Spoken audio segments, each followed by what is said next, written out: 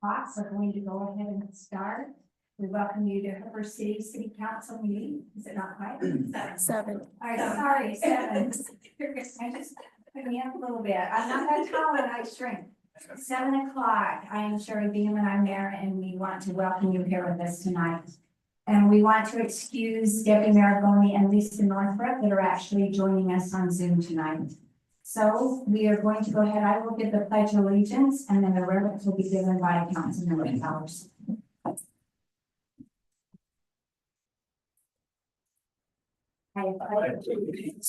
Flag of the United States of America and to the republic for which it stands, one nation, under God, indivisible, with liberty and justice for all.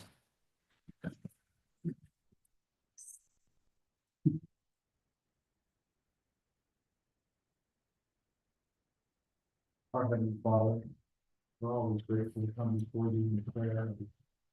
We thanks and you for the care and keeping and watchful eye that thou hast provided for each of us throughout each day and throughout our lives. We're grateful to be here tonight, to meet here in this council meeting, and we always pray that thy influences will be upon us to help us to do those things that are right and good and best for the people we are surrounded with. We are grateful to live in an area that has been such a good place for us to live and to raise our families in and provide the necessary things, those good things that help us to be good neighbors and friends. Again, we are grateful for these blessings, especially to live in a country that provides these types of freedoms, and we pray that we'll never take them for granted. And this we say in the name of Jesus Christ. Amen.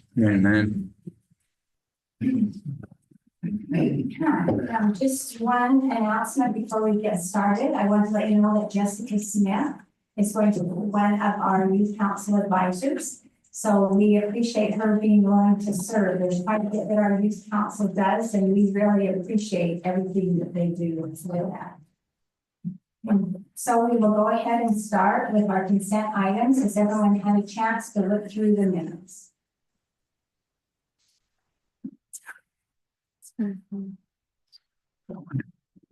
Is there any questions, concerns, changes on the minutes?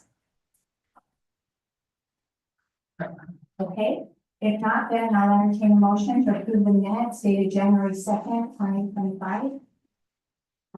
I'll make the motion that we approve those minutes and stated. Okay, the motion was made by Councilmember Powers. Is there a second? Second was made by Councilmember Hill. All in favor? Aye. We hear two ayes on that. Okay. Okay, so tonight we have some reports and some presentation. Our first one's going to be the 2024 fiscal year audit presentation by Kurt Gilbert. Excuse me about that.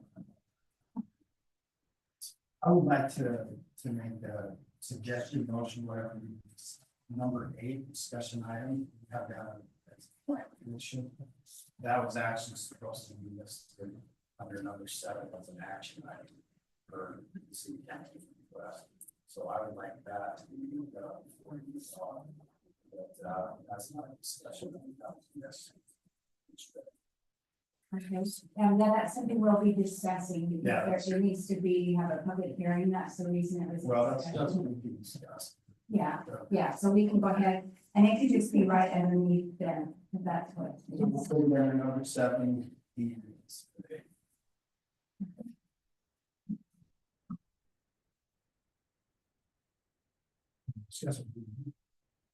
Okay. Okay, so we'll go ahead, we have the auditor is on the Zoom. Yeah, he's on. Okay, okay, so we'll go ahead and turn the time over to him.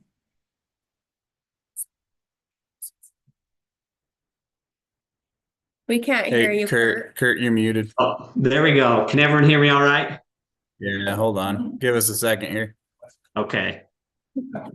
I got you a little loud. You don't want that. You don't want to hear me more than you have to. Let me know when you're okay. I think we're set. You're good. Okay, awesome. Well, first of all, thank you for accommodating this. Let me jump on Zoom. I wish we could be up there in person, just scheduling and things today. We really appreciate you being flexible and allowing us to do this.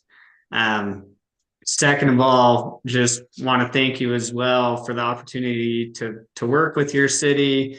Morgan did an awesome job jumping in this year into a new role, and she did a great job facilitating and helping us with our audit work, gathering documents, and everything that we were asking for there, as well as Cami.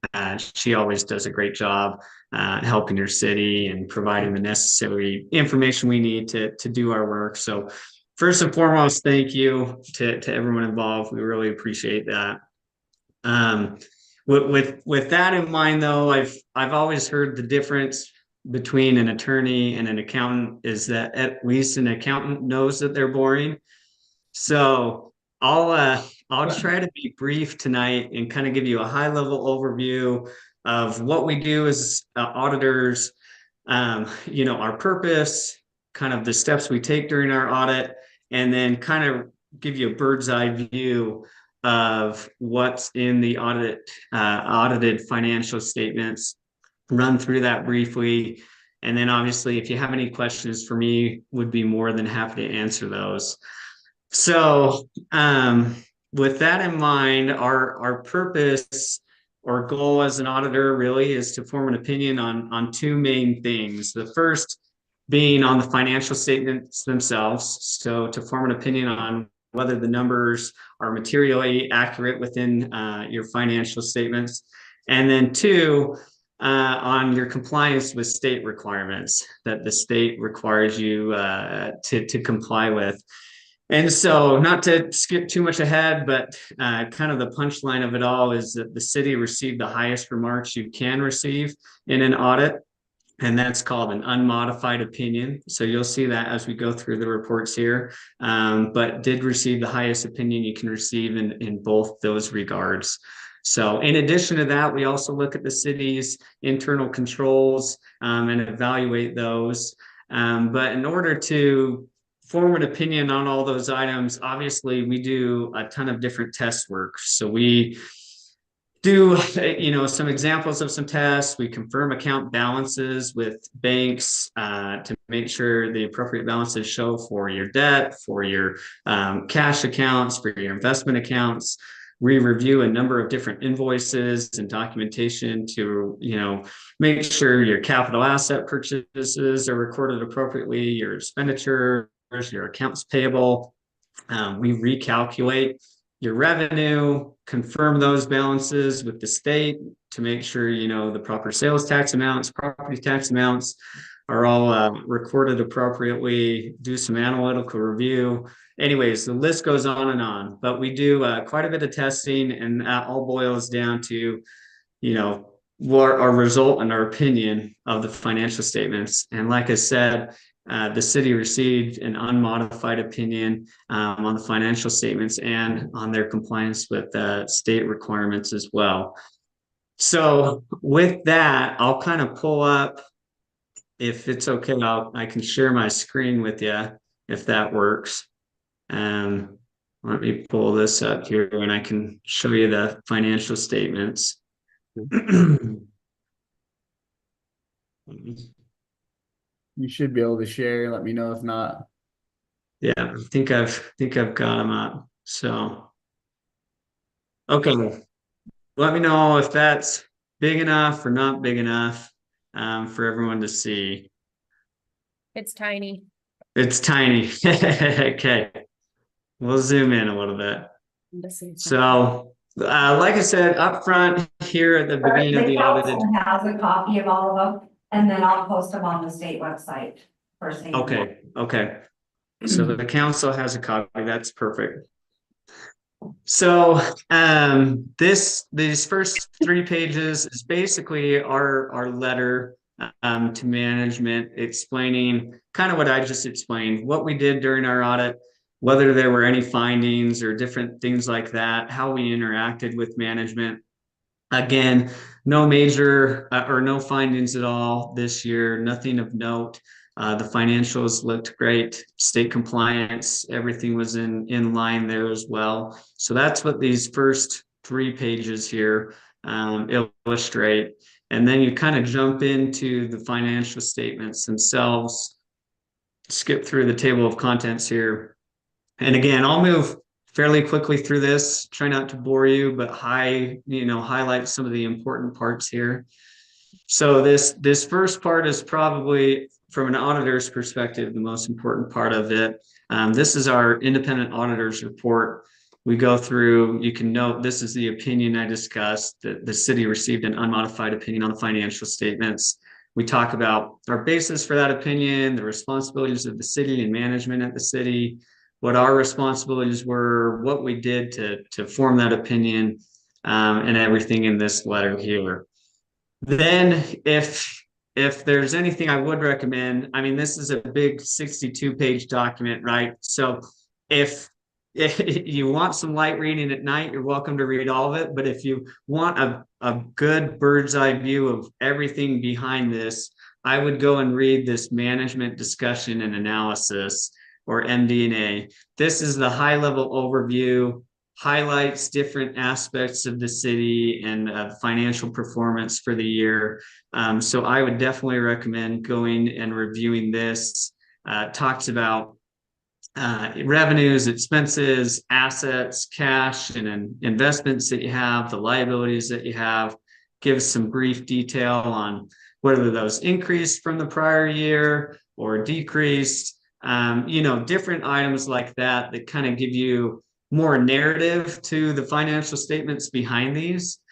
So this is a really good resource for you to jump into. Again, the MD&A here gives you some budgetary highlights. You can see general fund expenditures were almost $1 million less than budgeted, which is great. Capital asset summary, some of the significant additions that were taken, some significant additions of capital assets this year, and then an addition to long-term debt. So those few pages there are really a good resource to you to even fall back on to review the financial performance of the city last year. Because once you go past that, it gets really into the weeds and you start getting into that boring accounting language that I was talking about before. So this is basically the in-depth version of everything you just saw in the MD&A. You see a more detailed breakdown of the different assets of the city, both in the governmental activities and the business type activities.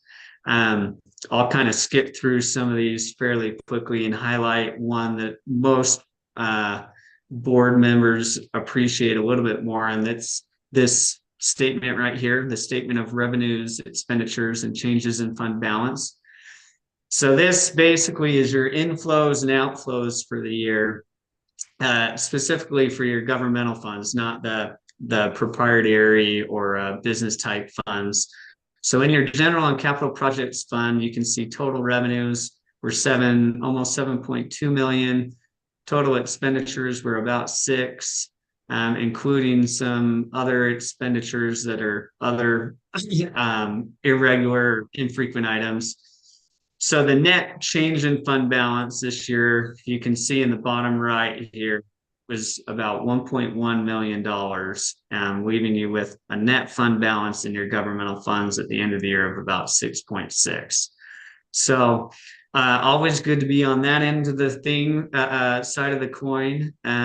So again, more financial statements, more detail than what the MD&A gave before right here. And then after these statements, you get into what are called the notes of the financial statements, which give even more detail to the detail that you just saw. So it talks about the entity as a whole, talks about the genesis of Hooper City, kind of the accounting practices of the city, how you recognize revenue, expenditures, all of that is in this detail of the notes. And that's several pages. I'll highlight just a couple of notes that I think are of interest. One here is the note on capital assets, right here. So you can see within the capital assets, this kind of explains what assets you had in the beginning and ending and change. So you can see the city spent in the governmental activities about $3.7 million on capital improvements last year, mainly in infrastructure, the 5500 West project, and then about 200,000 in your business type activities as well. In addition to that, the long-term debt footnote is always of interest. Obviously, your biggest liability you can see here is your bond that's outstanding, no interest bond, which in this day and age is quite remarkable. And you can see you paid off 425,000 of that. You can see all future debt service payments right here in this footnote as well, to see how long that note is outstanding.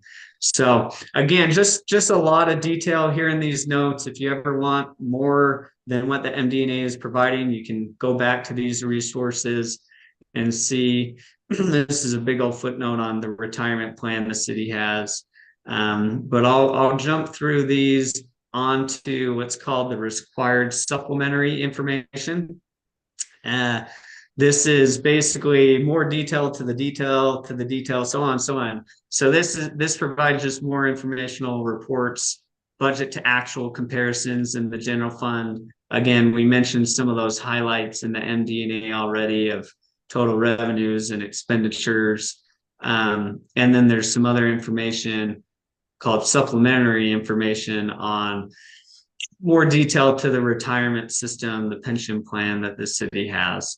So once you get through all that, you get to our two final reports. Again, we had one up above, and then this one is kind of our review of your internal controls. Again, we look and evaluate those in order to form our opinion. Nothing of major note there that we found. And then our report on state compliance. So you can see here in our report the items that we looked at for state compliance are listed right here. One's budgetary compliance, fund balance, fraud risk assessment, and so on. These are the items that specifically the state required us to look at for governmental entities this year. Again, no findings at all this year. Everything looked great. So that's obviously, like I said, really brief, high-level overview of the financial statements themselves. Again, Cami, Morgan, everyone involved in the accounting team did a fantastic job, and we really appreciate the opportunity to work with you. So with that in mind, I know I moved fairly quickly. If anyone has any questions, I'm more than happy to answer. Questions in the council? No? Okay, I don't think they have any comments or anything you would like to add in your graph. Okay. Well, thank you. I apologize. It might be a little light on my end if someone was mentioning something, the volume. There's no questions. Okay. Well, thank you so much. I really appreciate everything, and please don't hesitate to reach out if you do have any questions after the fact. Thank you. That's so weird. Thank you. You know what I mean? You just need to approve, accept the, audit, the council has. So goofy because Okay. So we just make that as a motion. So someone would like to make a motion to accept the audit.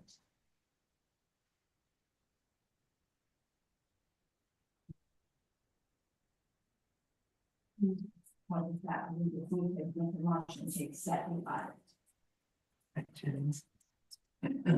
Was that 5A? Was that what you're talking about? Yes. So I think that we can motion on some of these. I'll motion that we accept the audit for instruction for the audit presentation. Motion was made by Councilmember Wilcox, seconded by Councilmember Hill. All in favor? Aye. Thank you. Yes, that was my mistake. I didn't want to have that as a motion. It's something that's often overlooked, so that's why I always make sure I throw it in, because we do have to accept the audit, so. Okay. Okay, go ahead. Okay, sorry. I'm the next thing, so B. So we went over the monthly financial statements for December 31st, 2024 in our work session. So I won't go over it again, just per se for warning everybody. Like Kurt said, but basically just want to note that you've been provided that, and if you have any questions, you're of course always welcome to reach out.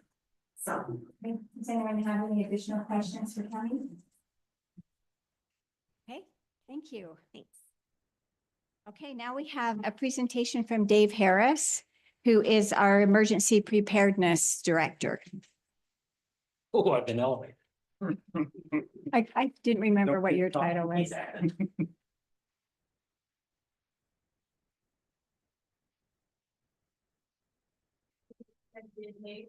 Or can you do this from there?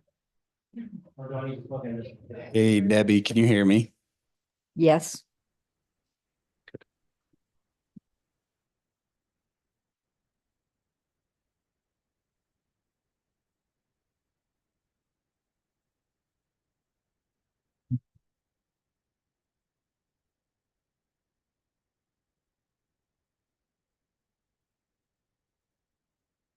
Then plug the in right here or?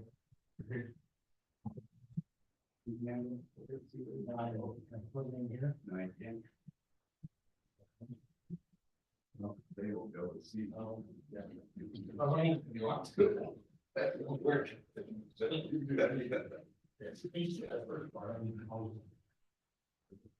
Okay, and we can have a difficult hearing.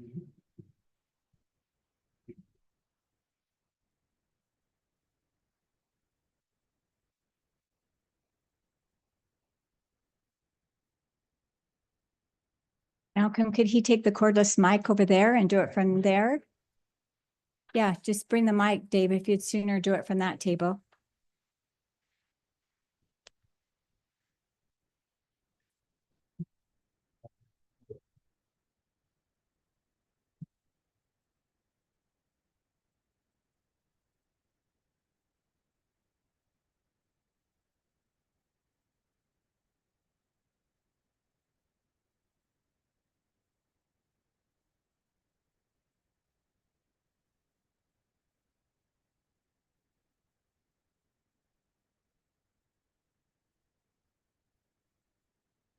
So just by way of introduction, about a little over a year ago, I was asked to come to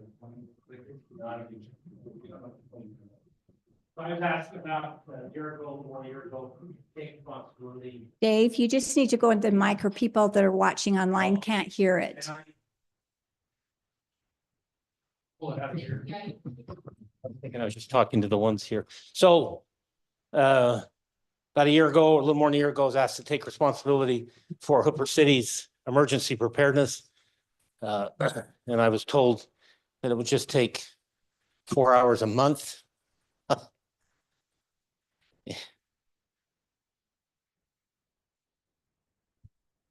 So I thought I'd just do a quick overview of the year. So if you have, I'm just going to go through it quick. So if you have any questions, just pay attention. And at the end, you can ask me the questions. So this is the agendas that we had for the year.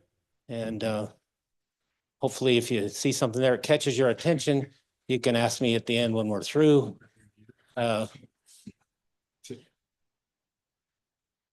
It's a quick overview. Okay, I'm not going to go all the way through it. So we actually have made a great deal of progress. We had a kind of a rough start just because of understanding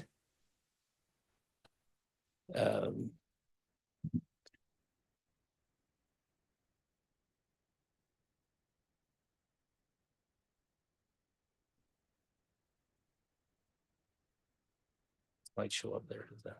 If you get, can I use the mouse here? It's not. So this is in this dongle.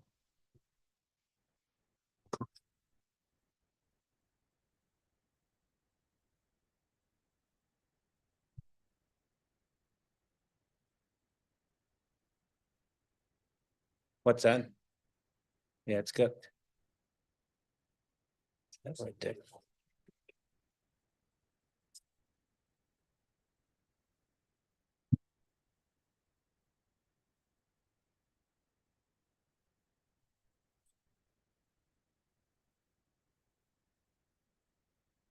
Let me get this anyway, full screen, so that's the wrong one. Yep.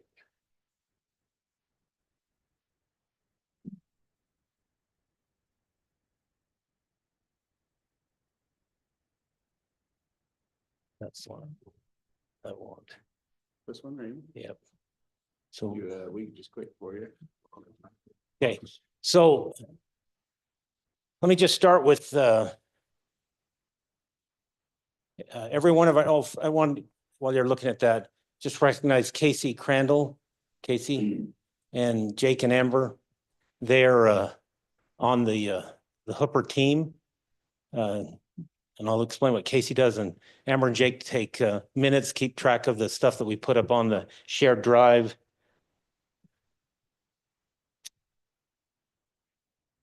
Not even a chuckle, nobody even, wow. Thank you.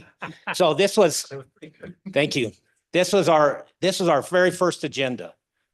Not that it's significant today, but you can see our ambition when we started was to incorporate FEMA's incident control or command system, which is pretty involved. There's some training online. So we launched into this thinking that we could do this, but it's really way out of the scope of Hooper City. So we ended up with those three positions.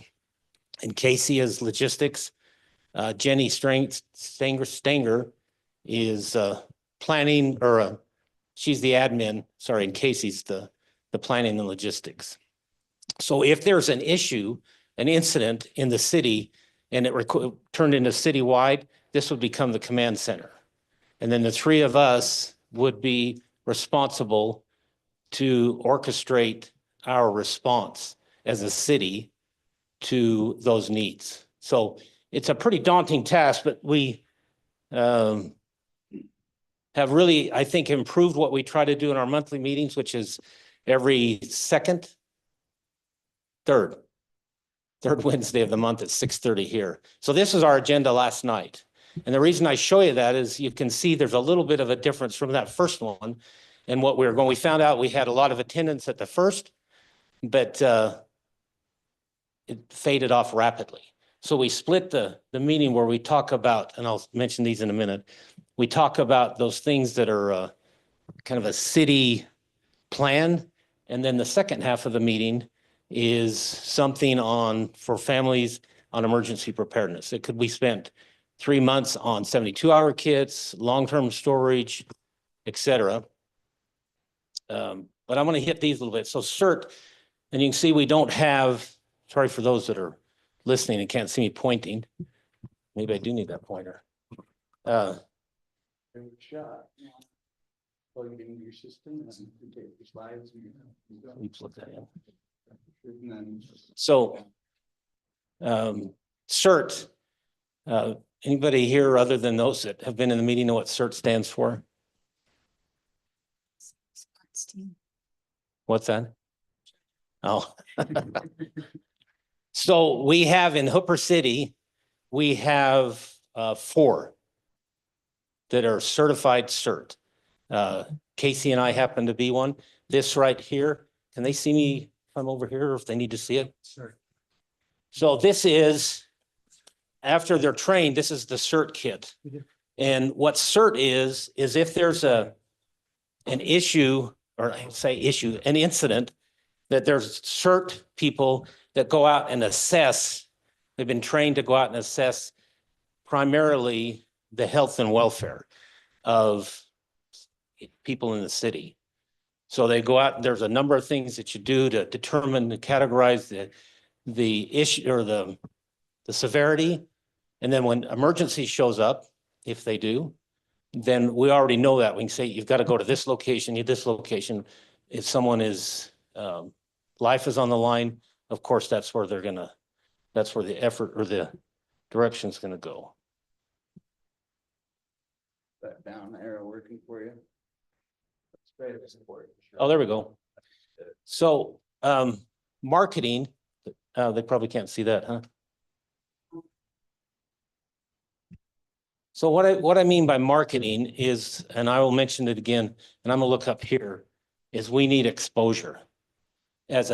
People need to know in the city what we're trying to do, so that they can be involved. Because if we're prepared, even a little bit prepared, we're better off than we were the day before. So that's really emergency preparedness. That's what we're trying to do. So we need to get exposure.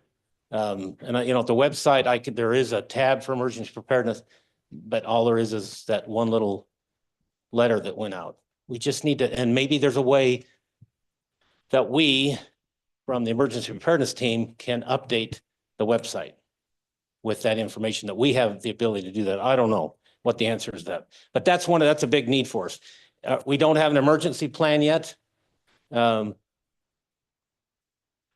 and I'll show you something that's we're starting at it, but we need to get that, because the ambition is that when I'm no longer in this role, that for a couple of hours, I can hand off, maybe 3 hours, I can hand off a booklet, and whoever is there can pick it up and away we go. That it doesn't do the ebb and flow that emergency preparedness does everywhere, including Hooper. That there is a sustainability. So we need that plan. We have some effort into that so far. VOAD is a voluntary organization ecclesiastically. So churches, it is churches that have specialties. Like the Church of Jesus Christ of Latter-day Saints is hygiene kits. I think the Baptists are shelter. Other than some helping with insurance needs, how to navigate that process. So there are different religions that have a specialty, and that we call up and say, we Hooper City call up and say, we need your help. We've had an issue and we need these kind of resources to come in, and they come in as a volunteer organization.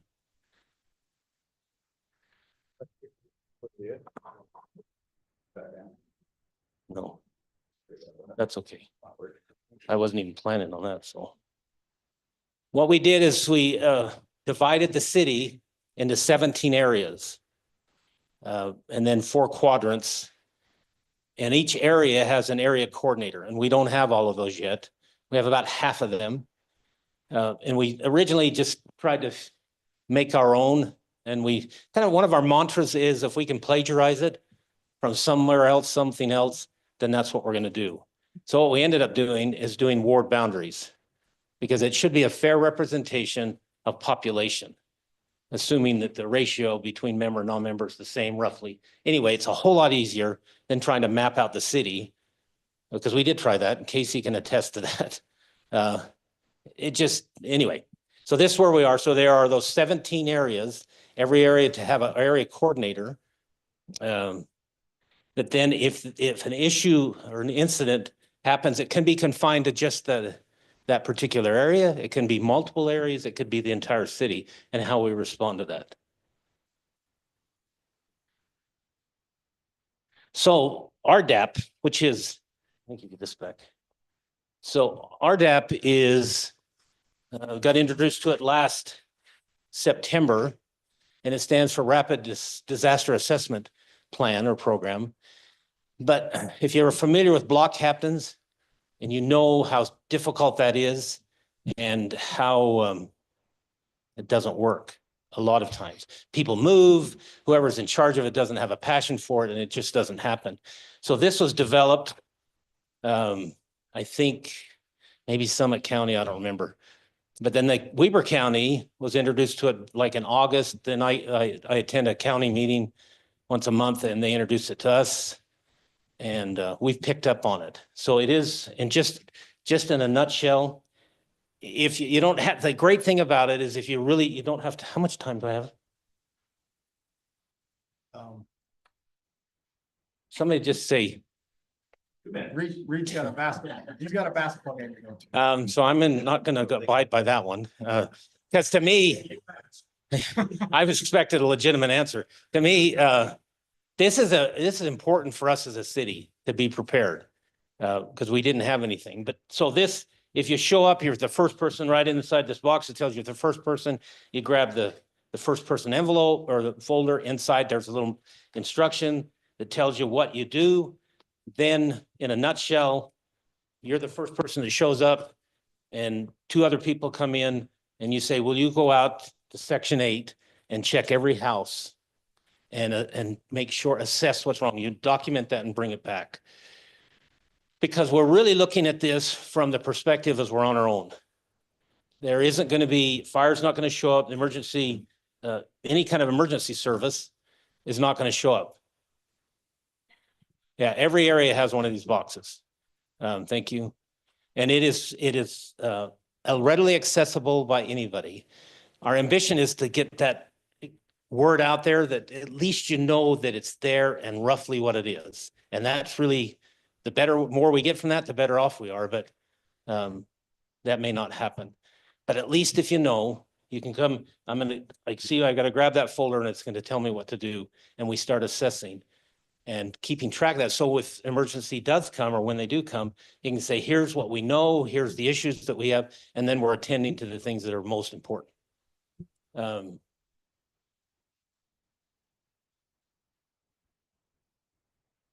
So I think I've said everything on there. So this is kind of the beginning of our trying to illustrate what our plan is. So, so we talked about CERT, we talked about RDAP, and if first and foremost, first responsibility is individual and family. You got to make sure things are okay home before we go up, but then turns community, churches, organizations. But our emergency response stands on these two pillars. That CERT is going to be looking for it optimally if we had the ability when there's an incident that we go out with a CERT person and an RDAP and assess the damage and the well-being of the citizens of the community. So this really is this is just trying to illustrate communication. Things go up. If it's the bigger the issue, the further it comes up to. If it's a citywide issue, then it's to the command center here at the city. If it's just area, then it stops at the area. So on February 19th, we have a mock exercise for the RDAP only. We're not going to try to test all of the things that we do in a mock exercise with having people that are injured. We're just going to test the system and find out all of the bugs that are in there, because there will be. There isn't anybody else for us to copy right now because it isn't being used in Weber County at all. It's introduced, but I don't know how many I'm not really aware of anybody that's progressing with it. So we don't have anybody. So actually the battalion chief for Ogden City for emergency preparedness is going to help develop it and then execute that exercise here. We met last night. We're going to try for 3 scenarios that we can go through in an hour and a half and test it, just the RDAP portion. So I wanted to show you this. These are our, last night we talked about long-term storage in the second half of that meeting. And then you can see RDAP mock exercise, which I just talked about, long-term storage, ham operating, and Casey's a ham operator. Just subjects, our desires to get people involved, that there's things there that will interest them, that they'll come, and then we become better prepared. So what we need, and I said this already, is we need, I'm going to look up here again, we need exposure.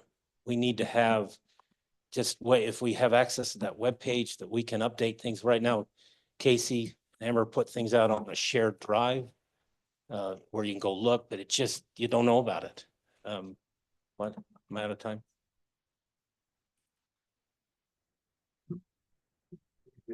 Oh, he knows. They both know. Thanks for pointing that out here in public. So, so we're on the city page, like I mentioned, but there's not a much there. We need a cache or medical equipment, which is, as Bryce and I have talked about it, probably the best thing is a trailer. And it has, it's not first aid kits. It's like boards and things that are larger, that it can be taken to an area if there's a big enough incident that can't be handled from that local resources. And then the webpage, or I was thinking of a webpage, but better access on the webpage. Questions? So we actually have made a lot of progress. It may not look like it, but we started out no idea how to start. We just started with what we thought was the right thing to do, and have learned a great deal. Social media, I prefer to have a Facebook page, so that would be something that you guys could access, like posting stuff on their own. So if you went back a few slides, one of the things we were looking for is somebody, keep going, right there, that marketing. That we need somebody to kind of pick that up and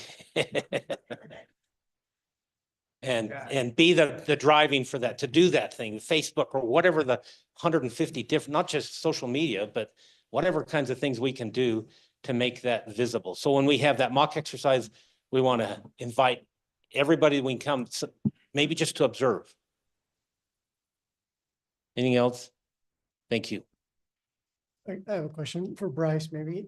All the information you talk about every month, like that schedule you had up there, January to July, is that information posted to the website? Nope. Our website? No, That's we what don't you're have any way to talking- get it there. So- That's what I'm saying. If we had some way to get it there. So can we do that? Is that something we're thinking about? Or, Okay, but so what, maybe we should talk about after what all we can put there. Because I don't want to just put that schedule, the things that come out of the meeting, et cetera, that it's available. We talked about that before, of having like a shared drive, really a spot other than a Google Drive. But yeah, we should talk about that. and then the other thing I was gonna mention is, talking about the LDS Church in our stake, we have a state communications specialist. And each ward is, calling a state or a ward communications specialist. And so there's a high council person in our stake that's over emergency preparedness. I think it would be Nate Mon, Nate Mon, be very, very valuable to communicate with him and get with the education person, or sorry, the communication person, to get all that information on the stake website and links back to wherever we're gonna put all this information at. so She will do that, I guarantee it. Nate he used to come to meetings, he doesn't any longer. And I've invited him, but it's another mountain. So I'll that get we you have the to name climb. of the communication specialist. You can reach out to her. Will you do something and have her reach out to me? I can. Because this is 4 hours a week, that's turning into 4 hours a month, it's turning into about 4 hours a day. Okay. And I am strictly a volunteer. So instead of me trying to dog people, you have them reach out to me. Thank you. Thank you, Dave. Okay, Thanks, Dave. a couple of things I thought of, Dave. So we could always make sure in our newsletter that we do a emergency preparedness section of the newsletter. And we're in the process of getting a new website. And we're even hoping that we can do a monthly newsletter that can be, on the website. It's too expensive to mail them out, but that's, I think, a good way that we could get some of this information. Another thing too, we have Text My Gov. I don't know how many of you have signed up for Text My Gov. We have about a little less than 700 people in the city that have signed up. But at any given time, if we needed to send out some kind of emergency correspondence, we could. So if you haven't signed up for that, you can't miss it. If anytime you go into Hooper's website, it sometimes obnoxiously blocks your path. So that would be another thing. So I think these really are some things. And another thought I had was that I could check with Weber County, but there's a possibility we could maybe write an easy grant to get you a trailer. I don't know if that's something that would qualify, but I could certainly check. Those grants are only in the amount of $2,000. So that's not a huge substantial amount, but it could be a start that we could maybe find a used trailer that you could, but those are just some thoughts. Yes. I thought we had a portion of that tax or the utility. And there is, yes. So that could also be used. Yeah. Yeah. Surge great. I was trained. It's been a few years ago, so I'm sure I'd have to refresh, but it's a great training to go through. So yes, thank you. Okay. Any other questions from the council for Dave? Okay. Thanks a lot.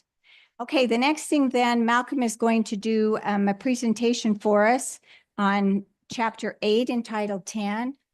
So we kind of went through this a little bit last time. We had a presentation from Jacob Hansen back in August. So he's going to go through that, and if you have any questions, we can ask those as well. Keep in mind, changes are not just chapter 8. No, Chapter 8 establishes the family residential use, but that means you've got to change things throughout Title 10. So you need to glance through it. There aren't a lot, and it's easy to run through and see the changes, but it isn't just 8. thank you, Rita. All right, well, excited to talk a little bit about chapter 10. Dave, thanks for all of your work on the emergency preparedness plan for Hooper. That's great to know. So as Reed mentioned, we updated our Title 10, which included chapter 8, 1 to 2 family residential use. That's single family, including minor subdivisions and duplexes. I know we've had a lot of presentations, a little dense on presentations today, so if you guys want to move this one, you can, but it's up to you. All right, we'll keep going. The background on this one was there was a Senate bill and a House bill passed. It's kind of the first of 2024, I believe. And essentially they want to expedite and simplify the approval of the subdivision process. It's only going to go through a political process if the intended use is not permitted by right. So there shouldn't be any, that implies that that's going to limit the city council and planning commission's involvement in the approval process. It limits, you guys can't be the land use authority in this process by the state code that got put in place. The planning commission could be, and we worked with the Hansen group to figure out the most flexible way to involve the planning commission thoroughly. It also establishes the subdivision review process, which you guys are all fairly familiar with. That diagram we'll go through just briefly, but that really highlights the requirements and the timeframes on the subdivision review process. It combines the preliminary and final review. So the last 2 items I would want to point out aren't specifically required by SB 174. We, working with the Hansen group a little before my time, I guess the city determined that combining the preliminary and final review provided the most flexibility and the most involvement with the planning commission. It also kept it the simplest due to improvement plan limitations and when they can be reviewed in either final or review. By combining them, it kept it so that we could thoroughly review the plans and do them at the same time. And then the planning commission is the land use authority and the city council is the appeal authority. So I just wanted to highlight these changes, the chapter 8 technical review, and then so we had our chapter 8 that we stuck at the bottom of Title 10. We implemented a technical review committee, and we'll go through that briefly. We did some adjustments to our minor subdivision, which was not required, but just felt to fit with some of the updates. We did a few updates to our sewer ordinance, which you guys saw at that first meeting, and the appeals process was updated just kind of inherently through the process of the update of chapter 8. So chapter 8 specifically, this diagram I think that Hansen group put together for us really does a pretty good job. We're required to have a concept conference. That's really not a big deal for Hooper City. We, Jared, our public works director, really thoroughly promotes concept conferences. I don't know if other cities that was a problem, but now it's required to offer a concept conference. We do them all the time and are really open to them. We get a lot of information out to potential developments through that, and it really saves a lot of issues in the application process. You can see it puts a time limit on the city to schedule that conference once it's been requested by the applicant. The applicant at that point can submit a complete application. That's a key factor. It has to be a complete application for us to begin the 15-day calendar day cycle. And that's really the big piece. We're on a pretty tight time frame. The city will check then with conformity and ordinances. City responds. We have 15 days, as mentioned there, to 15 days to respond. Here we have 15 days to notify water conveyance facilities. And then the city can hold just one public hearing. That's a pretty important note, and maybe a slight change that we aren't required to have a public hearing anymore, and we can only hold one. And so you can kind of see with that time frame where we only have 15 days to respond. And as you kind of look at step 4, if you look at step here after they're approved, 20 business days to approve or deny, you'd want to make sure, with the planning commission meetings, we're going to have to use these 15 days to respond and these 20 days to approve or deny fairly strategically to ensure that we hit one of the monthly planning commission meetings. I know there's even been talk slightly about planning commission having 2 meetings. That may be implemented, I don't know, as things move. That being said, once the city responds after 15 days, you know, if it needs more work, the applicant has, let's see, they only have up to 40 business days to respond, or we get 20 more business days to review and respond. And if you're limited, one important note here is we're limited to 4 cycles of this. So we can do this 4 times, 4 phases. After that, we either have to approve or deny it based off of compliance or not. If we deny it, they can reapply. So it's a little bit funny, but they can't reapply. We put a little bit of a caveat there. They can't reapply in fundamentally the same manner. They have to update it to change it substantially, so they don't just reapply with a failed application once again. So that's a note. Planning commission approves revised application and approves. And then after that, the applicant completes the improvements or post guarantees, and they need to record. We did update this. This is just an image from the Hanson Group. We'll need to have them updated on their end to 2 years. They need to record within 2 years or they lose their vesting. That's something that we felt was important, so that we don't just have pending ones, and that if ordinances change and they haven't recorded, that, you know, there's a vesting cycle that they would then be subject to the new ordinances. This kind of spurred the discussion, and with Hanson Group's recommendation, we implemented a technical review committee, because as you can see, it's a fairly tedious process, maybe cumbersome or time consuming. It'll be quick. That being said, we put a technical review committee together that can help review the application for completeness. So the land use authority of the planning commission can outsource duties to us, and they're highlighted here. One of them is to review the application for completeness. And really, you can kind of see here, the purpose would just be to implement this process as effectively and timely as possible to ensure that we're responding in the manner and time that needs to be. The people on, you can read here, city attorney, city planner, planning chair, or his or her representative, the city engineer, public works director, as designated by the city planner. I added this recently, or an equivalent position. I want to make sure that, you know, whether it's the planner or whoever you guys decide is going to be, or in the land use authority decides is going to be putting that together, has them on there. The attorney will be by request. He's not always involved, but we'll, you know, as the TRC at the staff level, we'll make sure we're reviewing them within the time frame, and we'll make sure we're giving the feedback to the land use authority or planning commission as promptly as possible, so that they can make the decisions. And that's kind of how the TRC will function. Another piece that got updated that I think was important, and Council Member Hill wanted to make sure, you know, that we were all aware of some updates that Chapter 8 we felt needed to be done to stay congruent, was our minor subdivision process. That's included in this. So we really spelled that out here, that there'll be no more than 3 new lots will be created from an original parent parcel in a minor subdivision.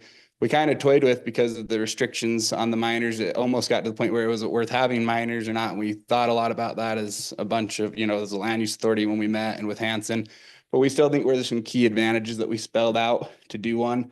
They don't have to do a full improvement plan unless they're going to build on an existing road, or they're going to build an existing road, or build on an existing road. Or no, excuse me, unless they're going to build a new road as part of their development, then they need a full improvement plan. If they're not going to build a new road and they're building on an existing, we're really just going to require one simple improvement plan, a single page that shows utilities.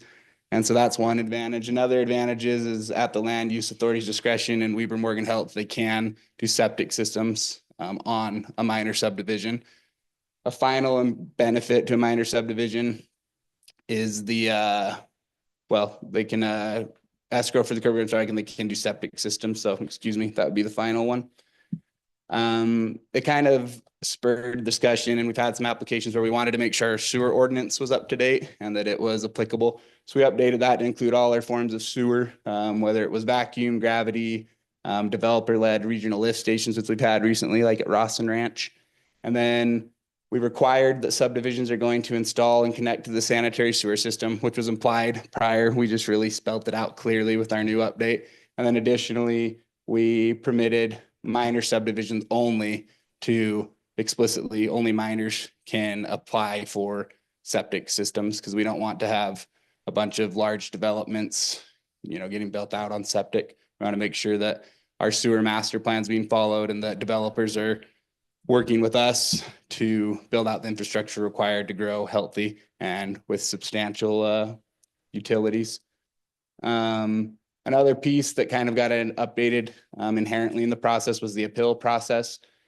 Before it would have been, we had our reviews, final and preliminary, and then it would have gotten approved from your guys' body.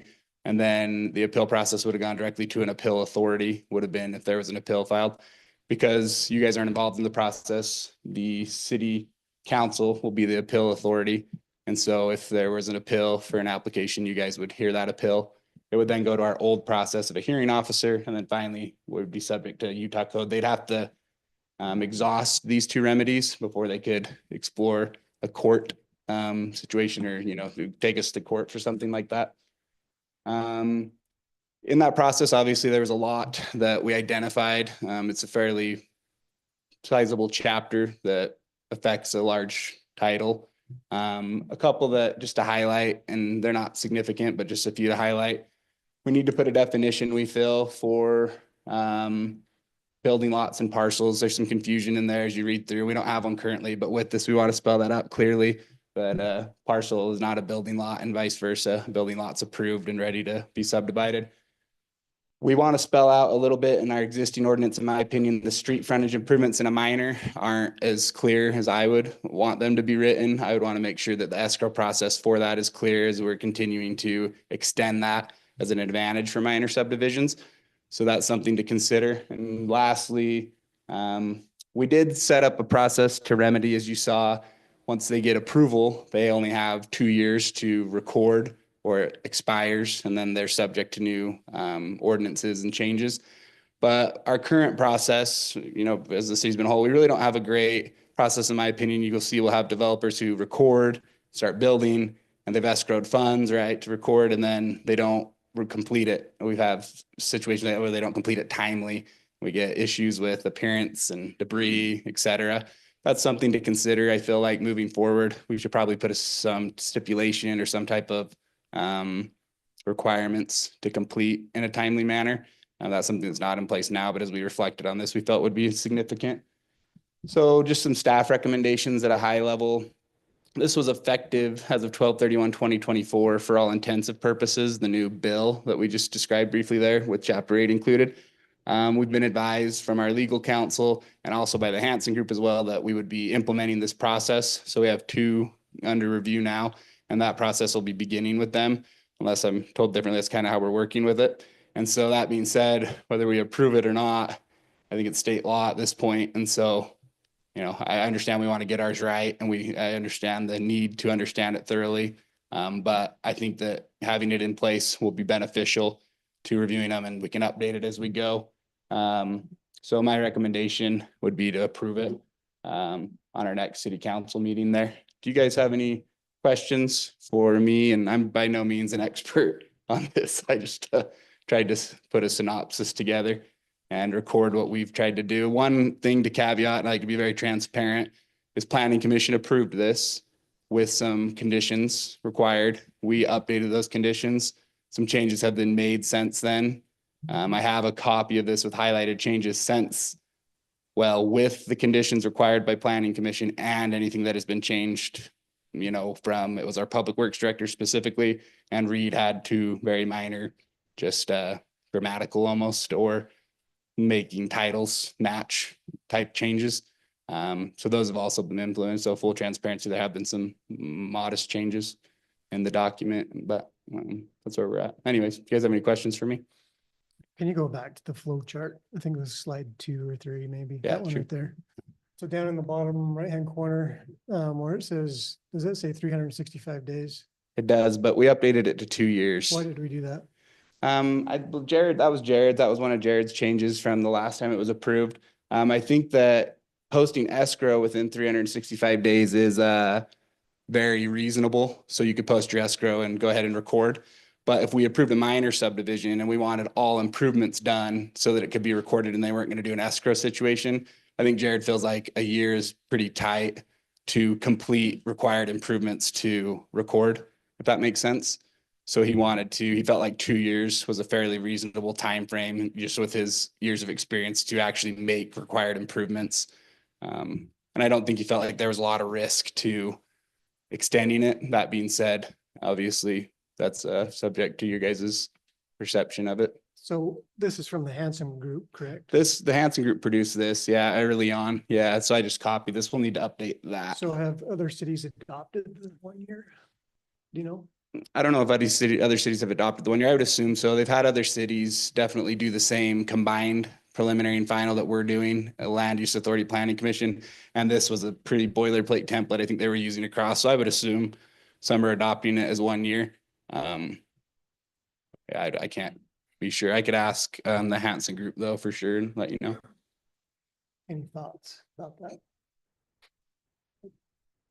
Well, you know, we've ran into a little bit of a problem when someone, you know, developers don't, it just seems to go on forever. Mhm. And one thing that concerns me, and I maybe you addressed it a little bit, Malcolm, but when they start the subdivision, there's a sort of, you know, there are ordinances that they're following. Well, in the course of 2 years, if something happens to change, and I don't know what to use for an example other than maybe a setback or the width of a frontage or something like that. Or a fence? It's for a fence, exactly. So are we saying that they are not vested? That's a word that's been shown up to the city council that, you know, we're vested. So it doesn't matter how long it takes us to put this subdivision in. We can still do it the way we were originally approved to do it. But in the meantime, maybe there's been changes in city ordinances. That's what concerns me about, you know, having this go out too long a time before we put a stop to it. Yeah. So did you address that at the end of 2 years, there is no vesting? In other words, at the end of 2 years, even though it's not complete, they're now subject to new ordinances that may be in place, or That's written in, that's what? it's written in the statute. I think I'd want to make a clarification specifically, and you know, I don't want to act like I'm an expert here, but I think that's to the recording specifically would be separate from the completion. And so the recording requirement couldn't happen until they've completed improvements or posted escrow. Generally, they post escrow because they want to record quicker and sell lots. So if they didn't record, so they haven't posted escrow or made improvements, at 2 years, their application would not be vested any longer and they would be subject to all new ordinances. I think that the thing that's, I think that, oh, Read go it ahead. through and make sure you're comfortable with it. That's what it says. Okay. Yeah, I think the thing that as well that we don't have in place that is a little tricky is sometimes it's like they record, right? And it can be easy, I think, for developers, large developers to post escrow. It's not a big deal, right? And then they record and they're vested. And then they take as long as well, typically our developers agreements are for 2 years to complete, but to be completely transparent, I'm not sure that the city's been phenomenal at doing our, you know, our extensions of those 2 years, and then beyond our extensions, our what do we do after the 1 year typical extension? That's something we should address at some point after, you know, once we get this implemented, we need to address that so that we have some control, and control might be the wrong word, but just some quality assurances and timeliness assurances from developers. But that is a great point to consider. I'm not sure that'd be something that'd be great to hear you guys' opinion. I'm not really sure what we can do at that point when they've already recorded and got invested and then they're building. I don't know what you could do, like if you can, because people might have bought in a lot already, you know what I mean? And how can we stop the development? Because then we're hurting the citizen. So that's a tricky one. That's why we haven't put something in place. I don't think it's pretty hard to conceptualize, I think, but. And anything you do is subject to state law as well. It does. State law covers some of that as well. So you got to comply with that. Couple of comments. These changes don't have any effect on anything other than a 1 and 2 family unit. So any other subdivisions still have to go through the same process you've always used. Has no effect on rezones, has no effect on the plat map, the general plan map, or the general plan itself. So all of those things still come to you for changes. You do not make the final approval for the subdivisions entitled, they're in chapter 8. But if there's a problem and either the city or the subdivider or one of the residents appeal it, then it does compete. So that's helpful. The other thing to keep in mind, I think, is there have been changes. As I reviewed it, I couldn't tell who made what changes. It was a little difficult to see which were the planning commission changes, which were the staff changes. So my thought is, once you approve this, and I think that needs to be right away because we're kind of past due, I think you might ask the planning commission to go back and look at it and see if they're in agreement with all of the things that have been done. And if they have other suggestions, you can make changes in the future. But with the deadline having passed, I think it's pretty important that we get the thing online. That tie into your question. So Ryan, on the 365 days, I mean, why are we extending that to 2 years? Did that? And I think Especially with a 1 or 2 lot subdivision. I mean, it should be pretty simple and simplified to get to it where you need to be in 1 year's time. you Yeah. know? I don't Yeah, know. we're very open to, we could make it 1 year. That was what Hanson Group had recommended. Again, I think Jared thought with his specific verbiage or words there were that, with seasonality, right? Like depending on when it was approved, if it got approved in winter and we had a rough wind, et cetera, he thought 2 years could be a little bit unreasonable. But I mean, there is a provision that you can ask for an extension. So I don't think it's something like if we put a year, I think that's reasonable, and there could be an extension option. You could come in and explain that and kind of make it the exception as opposed to the standard where they need to come and request, the additional time to record.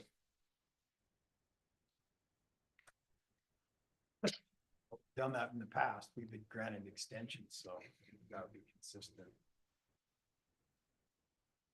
I'd be in favor of that, just so we don't have any extended loopholes going on. Yeah. I can update that for sure and make it before the next meeting and have that. And I'll run it by Jared and make sure and not that Jared decides by any means, just see if he has any really sound logic beyond what I just expressed. And if he does, I'll provide it. If he doesn't, then we'll accept it or we'll update it to 1 year and give it back to you guys. Thank So you. maybe that extension could have just a 1 year extension. I mean, again, I go back to one subdivider in particular. He's, been at this for like 3 years and it's still not even getting. Yeah, close. yeah, we And, need to limit the extension time as well, for sure. No, it's for all subdivisions for 1 and 2 family residential. Yeah. It's So gonna be a essentially, house. to be honest, about 95% of what we see in Hooper. Mm. Yeah. I guess 1 to 2 family, they're probably referencing duplexes and we do allow 1 duplex per 10 homes. So it would be something like that. But just typical development for us. But other highlight just for you guys, like the Hanson Group, I had no idea. And I know none of us did. It was they came August 15th, about 10 minutes in your meeting, did a presentation, but I don't think we had a lot of time to look it over. They do a good job of explaining it, much better than I do. They did this for a living. And then additionally, I asked, you guys wanted planning commission, a member from planning commission to be here. Amanda was nice to come and ensure that comments were, put in place appropriately. So Amanda's here if you had a question for her. I want to make sure we're fully open and transparent about any updates and that have happened to this point. I think we're good. And we do need to have a public hearing, so we will have that on February 6th. So we will get that noticed to have a public hearing. We'll put it in For this. proper ordinance form. If you can get me Yes. the one after you've made all the changes we talked about, and you've Yeah. talked about. Yeah, I'll go through and accept all the changes so they're not colored and just make it the final product and get it to you. Hey, Malcolm. Well, maybe have one each way, so that Yeah. if they want to look at changes, they can still do it. One that is adopted, obviously, we don't need to have all that in. I can do that. And then I'll do the ordinance. I assume you're gonna want to have it effective as quickly as you can. Mhm. Who approves or denies the extension if that comes to pass? It would be the land use authority. Okay. Yeah, is Planning commission. that correct? Who approves or denies the extension for an application that was approved and hasn't been recorded? I think it's the LUA. Okay. Was there a question? Did I hear someone had a question? Dave? I can't be heard mistake. That cycle where they can appeal it 4 times, but yet at the bottom, there's only one public hearing. So it comes with the first application, there's a hearing, and then there's 3 other possible application or revisions, whatever is required. But only that hearing is already, public hearing is already passed, won't happen again. There can only be one public hearing throughout the entire process. I think to maybe clarify, these are cycles of review. So they'll submit an application that has to be completed. We'll review it for completion, and if it's not complete, we'll provide feedback that it's incomplete. That would count as one review. Yeah, before it comes to, they can only do that 4 times. We can only go back and forth. There's a lot of back and forth at 4 times. The state wants the city to make a decision, approve or deny, no more, change yet, please.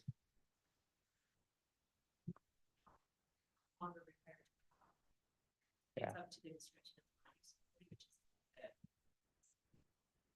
So that's. Yeah, it doesn't have to happen. All right, well, thanks.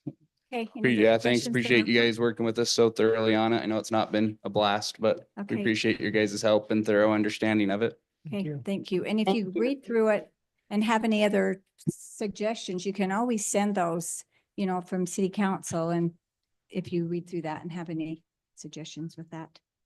Okay, so we are going to move on then to an action item. We need to elect a mayor pro tem for 2025. Debbie and Lisa, are they still on? Yes, I'm here. Okay, and Lisa, can she hear as well? Okay, well, we have a quorum anyway, so. Okay, so is there someone that, we do this by nomination? So if there's someone that would like to nominate someone to be the mayor pro tem for 2025? I would like to nominate Bryce Wilcox. Okay, a nomination has been made for Bryce. Are there any other nominations? I'll second Bryce. Okay, so a motion was made by Councilmember Fowers, seconded by Councilmember Maragoni. All in favor? Aye. Okay, any opposed? Okay, motion carries. Okay, the next thing we need to do then is talk about city council assignments. And before we do that, we have had Cindy Cox has been serving on our mosquito abatement board and has willingly agreed to continue to do that if city council is agreeable to that. I know she's done a great job and has let them know anytime we have an event out here in Hooper, but that is something that needs to come for, so is everyone on the council, anybody, any objections to Cindy continuing to do that as an assignment? Not here. Okay, any, Debbie, Lisa, any? Nope, I think she does a great job. Okay, thank you. So you'll see down at the bottom we went through, Morgan and I, and we tried to figure out assignments that have to have a monthly commitment to them. And so no one person is overwhelmed with having too many monthly meetings. Some of them, just by nature of mayor, is one of my assignments. And so you'll see that's why I have the Central Weber Sewer Board. It's a trustee position that is for the term of my office. WACOG, which is the leadership with the mayor's Chamber of Commerce. The Western Weber CTC is a coalition that is with Fremont High and Westfield High School. And there is a key leader board that they request that the mayors be on, but they have also asked to have one more person on that board from each city council besides just having it be the mayor. And so I don't know if you just want to go through and say what assignments, some cities, the mayor just appoints. I thought it would be nice if you have specific assignments, and Morgan can take these down as we go through them. So we did the mayor pro tem, the mosquito abatement. We're going to continue to have Cindy Cox do that. The Weber Fire District, Ryan has been doing that. I don't know, Ryan, if you want to continue doing that, or if there's, I would like to. okay, anybody else? I don't know if there's someone. Well, I was planning to make a motion that we table this because I don't think we've really had time to really go through all the assignments. I think some of them have changed from what we've had other years. I have no problem with those that have been serving, like we talked about Cindy Cox. But I'd like to make a motion that we table these assignments until we have time to go through and review them, Okay, see how well they will fit. Annalise. yes. Well, and would it be agreeable then that you continue on with your same assignments until our next meeting? Yeah, because I don't want certain assignments, like, because there are monthly meetings, I don't want things to end up falling through the cracks because we don't have representation. Okay, so, motion, Yeah, oh, I was gonna say, so yeah. I'll make a motion to Yes. table the Okay. assignments. So a motion has been made by Council Member Flowers to table. Is there a second? Second is made by Council Member Wilcox. Any discussion on that motion? When do you want to have that discussion? Like, we say we're going to talk about it, but when are we going to do it? When? Yeah, I think we need to have it by our next meeting. Yeah, Okay. Okay, we'll plan on that then for the agenda for the February 6th meeting. Okay, thank you. Okay, so in our work meeting, for those of you that were here or were not, we had a oh, I'm sorry. All in favor? Say aye. Any opposed? Aye. Was that Lisa that said aye is opposed? Or was it was just a little delayed? Okay, okay. Lisa, were you voting in favor of tabling? yes. Okay, thank you. Yeah, just a little bit of delay. Okay, now we'll move on. Some of you were here at our work meeting, some of you were not, but we had Jeff Morgan here, who is a JUB engineer who is over our stormwater. It's actually the SWIP program here in Hooper. And he went through, the state has done a few things that we had to update our new stormwater management plan. And so we need to, by motion, approve the adoption of the updated stormwater management plan. So we can put that on our website, and any of you are welcome to review it. It's about 458 pages. So any questions on that? I'll make the motion that we approve the adoption of the updated stormwater management plan as presented by JUB Engineering. Okay, the motion was made by Councilmember Hill. Is there a second? I'll second it. Second was made by Councilmember Flowers. Any discussion on the motion? All in favor? Aye. Aye. Any opposed? Okay, so the next thing then is about the Planning Commission. And so maybe just a little bit of a review for those that were not here at our last meeting. Hooper has had since 2018 a Planning Commission of 5 members. Prior to that, there was a Planning Commission of 7 members. They had a hard time at times getting a quorum there, which was a quorum of actually 5 at that time. And so they changed their ordinance to change it to 5. So it's been that way since. We had 3 Planning Commission members whose terms expired as of December 31st, 2024. In last meeting, there was 3 new Planning Commission members that were appointed with Ryan asked for, requested a resolution, and then it was corrected by Reed that it needed to be an ordinance to change our Planning Commission from 5 to 7 members.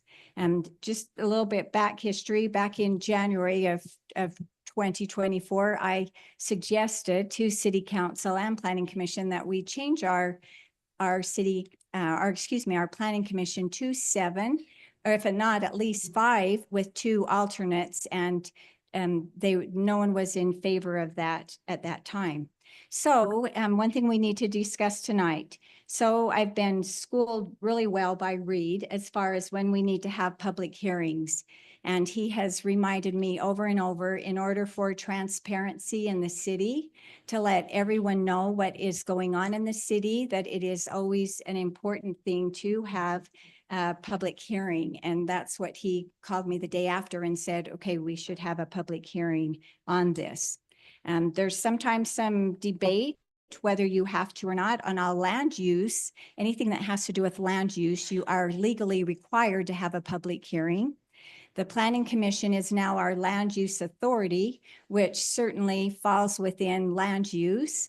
And with that, and I repeat with the matter of being transparent, I think it's really important that we have a public hearing on this matter because we are changing an ordinance. I've consulted with several mayors, several attorneys, consulted with 4 attorneys with the Utah League of Cities and Towns, a couple from the state that have all recommended, yes, you need to do this with the public hearing. And so I know some were concerned that it was not on here as a motion, and that was the reason, because, and Reed and Brandon were already aware of this, that it was to be a public hearing that we have coming up. Sometimes what we've done in the past as well, anytime it has to do with land use, we have always had it go to our planning commission first, and they make a recommendation that then is sent up to city council. And so that might be something also to consider, since this is our planning commission, which is our land use authority. We might want to have this at their next, have the public hearing at their next planning commission meeting, so that they can be able to get that input and then make recommendations to the city council. So, No, well. That's not the ordinance. No, That's not the ordinance. incorrect. The No. ordinance, the mayor recommends the planning commission members for the city council to approve with advice and consent. well, actually only consent if you read it Advice and first. consent. Advice and consent. Well, Well, you- we'll take some time, we'll read some code in a minute, but yeah, I'm gonna challenge you, because I heard from Brandon's own mouth, probably 4 different times, that we do not have to have a public hearing on this. It does not have anything to do with land use, opening the general plan, or budgetary items. So I mean, Ryan's motion specifically stated the conditions of that motion. We would go ahead and approve those appointments on the condition that in this meeting, you can look at the notes. I've listened to it several me times. too. That we would have the ordinance ready. Reed's had this ready. We just got it at 4:41 yesterday. Yeah, we So we this- received it Monday, This has didn't been we? prepared. Let's stay Yeah. focused. This has been prepared, you know. You received it a week ago. Days before we got it. No, we just received it Monday. No, a week ago, Monday. No, we didn't. We received it Monday. So Yeah. my point is Ryan's motion was conditional on, in this meeting, we adjust to 7-member council and appoint 2 more commissioners, which we discussed, and it was Sheldon Greener and Blake Severing. Because the whole reason behind this was that we needed experience. You put in 3 city planning commission members that had 0 experience. So that's the reason why we expanded it to 7 and have those 2 be back on there. And that was the condition of his motion. So I guess what you're telling me is you're gonna override the city council motion? So if you go back from the minutes that you approved tonight Yes. and read that, it was not a condition. It was a request. No, it was not. You go back and listen to it. No, So the motion word for word said, and I actually have it, I could pull it up in my notebook. Based on our work meeting, I make the motion that we approve the 3 planning commission members as appointed by Mayor Bingham, and or request that a resolution be made to increase the planning commission from 5 to 7 members. And then that's when Reed said, it's not a resolution, it's an ordinance. And you said, thank you. And you said, and we discuss and you said, I can't think of the word. And I said, stagger. And you said, yes, stagger the terms.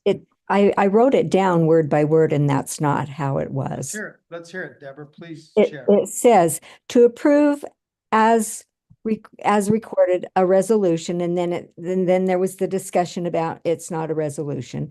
And he said, okay, to change it and increase it to 7 in 2 weeks for terms to be determined by the city council in 2 weeks. All their terms will be determined at that time. That's how it was. And we we voted on that. And it wasn't that we would guess at it or that we would change it or whatever. And it said, and during the work meeting, we were asked if we would go to 7, if we would approve those 3 tonight. That we would go to 7 if we approved those 3 tonight, and we said yes. And so there was kind of a little agreement. I've listened to these meetings like 3 times now because when this wasn't on the agenda, I heard it wasn't on the agenda. I felt a little bamboozled, shall I say? And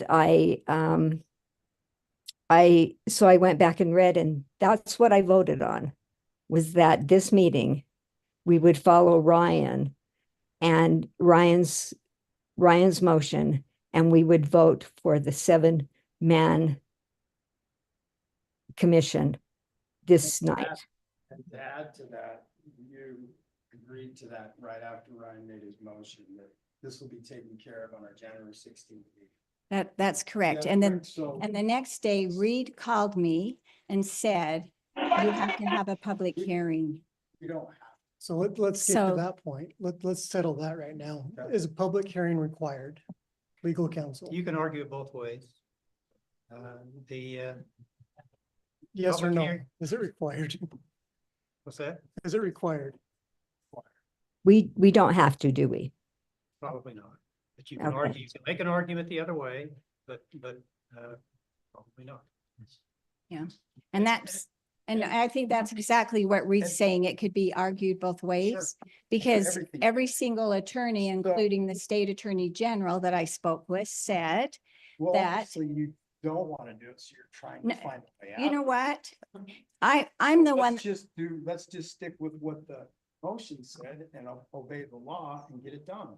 so if you remember back, as I said, I'm the one that originally suggested about 7.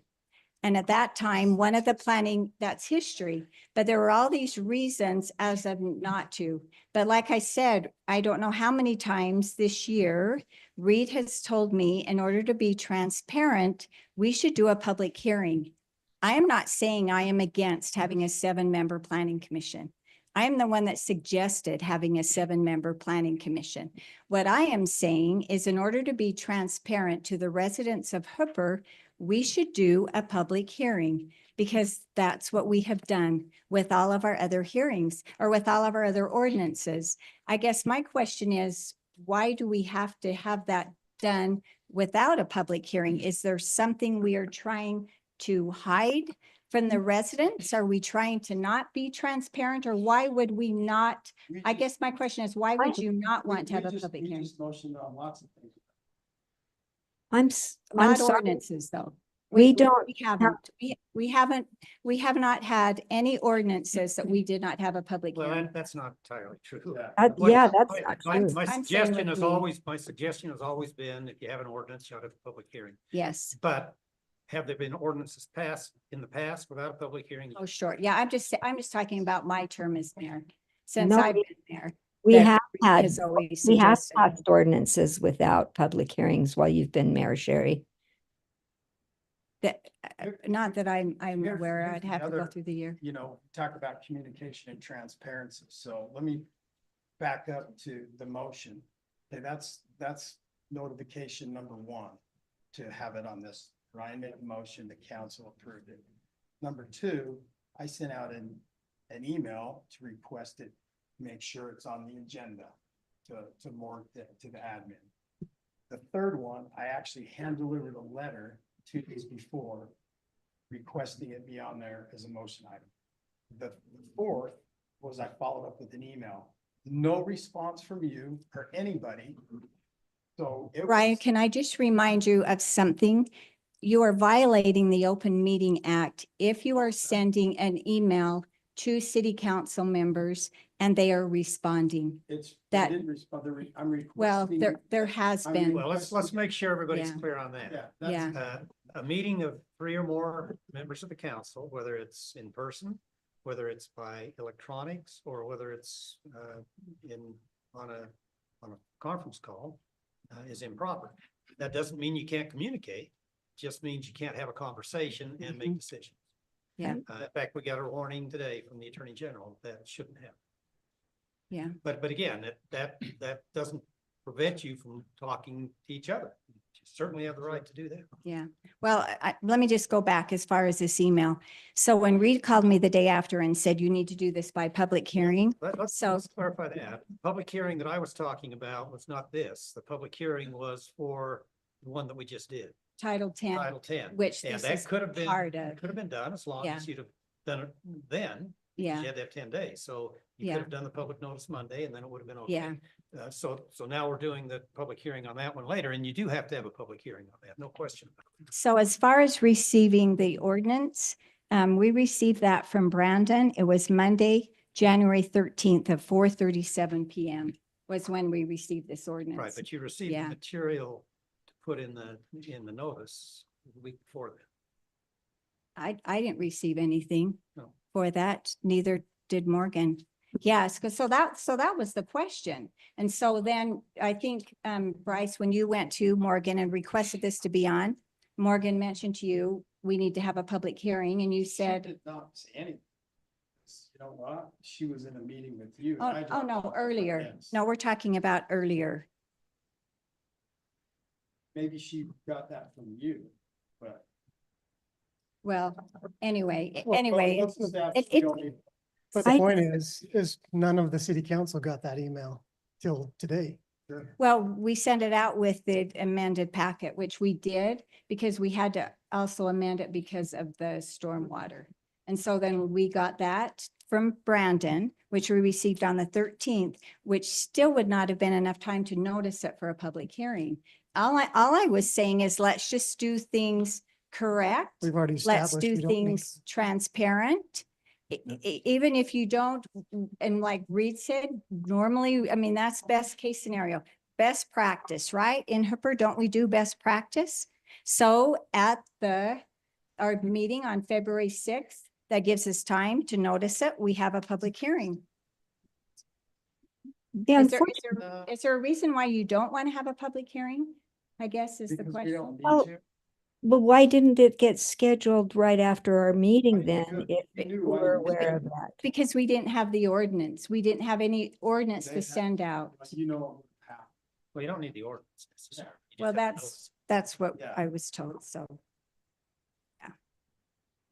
I So- don't know. I listened to the work meeting and you stood and said that we might not even get it done till March.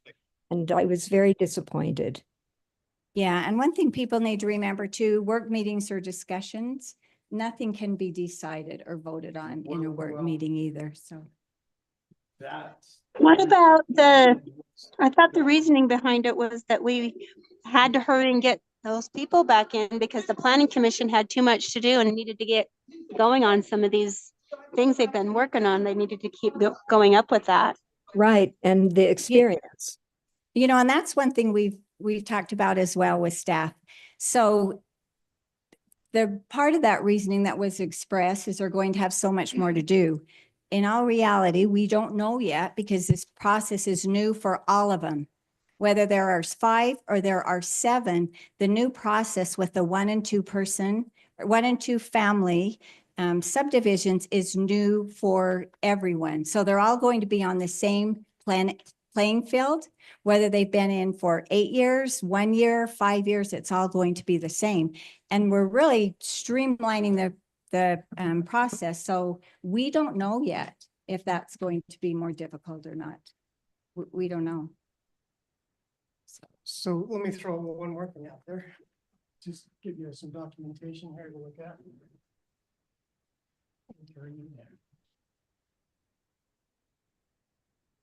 So our planning commission met up last week, January 9th. They appointed a new chairman and they did business. They made motions, they voted, et cetera, et cetera. 3 of those planning commission members had not been sworn in yet when they conducted that business and elected a new chairman. Under state code 76-8-203 unofficial misconduct, it states An actor commits unofficial misconduct if the actor exercises or attempts to exercise any of the functions of a public office when the actor A, has not taken and filed the required oath of office. And down to section 3, a violation of subsection 2 is a class B misdemeanor. And so we had that happen last week. Those things took place last week with 3 people that had not been official planning commission members because they weren't sworn into office until after the meeting was completed. Yes, and fortunately, Jessica Smith was never ever sworn in. And I would have to go back through the minutes to see if everyone else previously was sworn in, because we found out later, Bryce was never ever voted upon, which we did after the fact, and he continued to do it. Okay, so let me answer this then. Brandon was there on the call, and Brandon knew that, and Brandon didn't, because at that time, we went to get the paperwork to do that.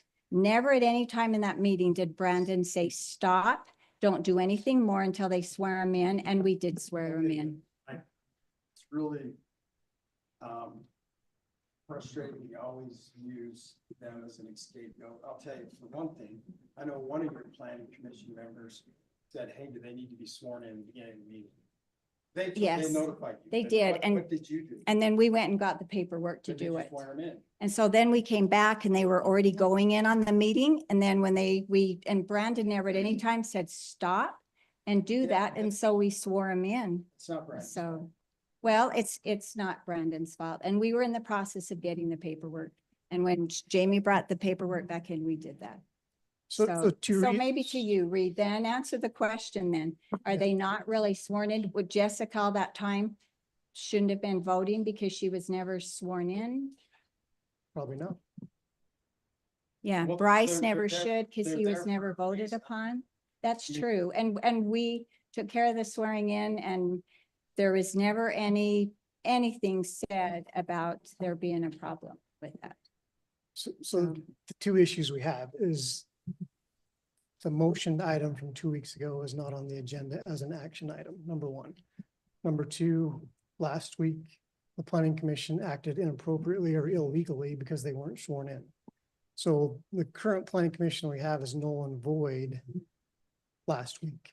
They didn't take effect until after the meeting on January the 9th. So they were effective whatever Well, it time. was during the meeting, not after the meeting. It was during the meeting. After they It was after. There- elected a chairman, That is correct. they but it became, was they during the became meeting. official Right. and legal, Mhm. correct?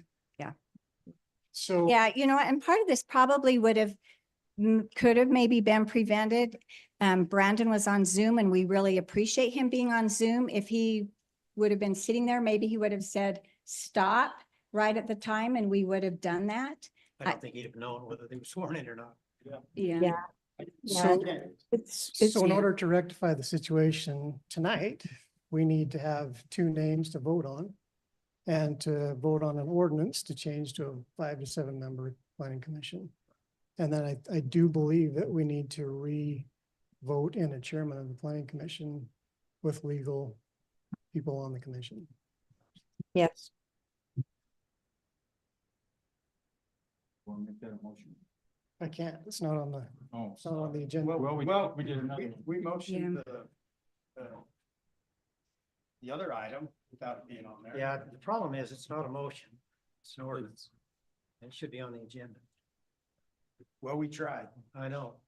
I guess the question is, does it make any difference if you do it now versus next time? Same arguments apply next time. I think if you vote it in, make it effective immediately and announce that in the notice that's going to be made effective immediately, then you can appoint the members at that same meeting and then meet the next week. Well, let's just define the structure, who's gonna be on there, when it's gonna be noticed, public hearing, let's do that right. So it'll be 10 days prior to February 6th. What day is that? You can do it. Okay. Anytime next week. Yes, January 27th will be the day that it will be noticed. Yes, so do it prior to that. And we need to notice up the Title 10 too, and Yes. that's a little bit tricky, Morgan, so we Yes. probably ought to talk about how to do that. Mhm. And then we'll plan on doing the public hearing, correct then? You can have public hearing on the whole Yes, thing. This is. yes, on the whole thing, Yeah, we're gonna talk. But okay, if you look at the ordinance, it does amend Title 10. So if you're having a hearing on Title 10, Mhm. it can be the whole title. yes, that's what I thought too, because it's chapter 5 in Title 10. And because of the urgency, both because the legislature wanted this done earlier, and because you need the people on your planning commission, I think we make it clear that you're going to put it up for vote. If it passes, you'll make it effective immediately upon publication, which can be done the next day. If Morgan's able to do it, that'll be Friday. Okay, And you can have the other two people appointed. The ordinance that I wrote gives you the flexibility of how arranging it however you want, but never having more than two in any given year. If that's what you want, fine. I think I saw a copy of one that actually gave positions to them. You can do that. If you want in the ordinance, it might be simpler to do that outside the ordinance just by regulation. The other thing I noticed was your ordinance has a majority is 4 members instead of the 75%. Is that how we want to do A that? quorum is 4 members, yeah. That's the way I put it in. Because 75% would be 5. 5, and they had 5 before. I don't know, yeah, but you don't need to have. Okay, Okay, let's go. yeah, that 4. was a question we had Okay. as well.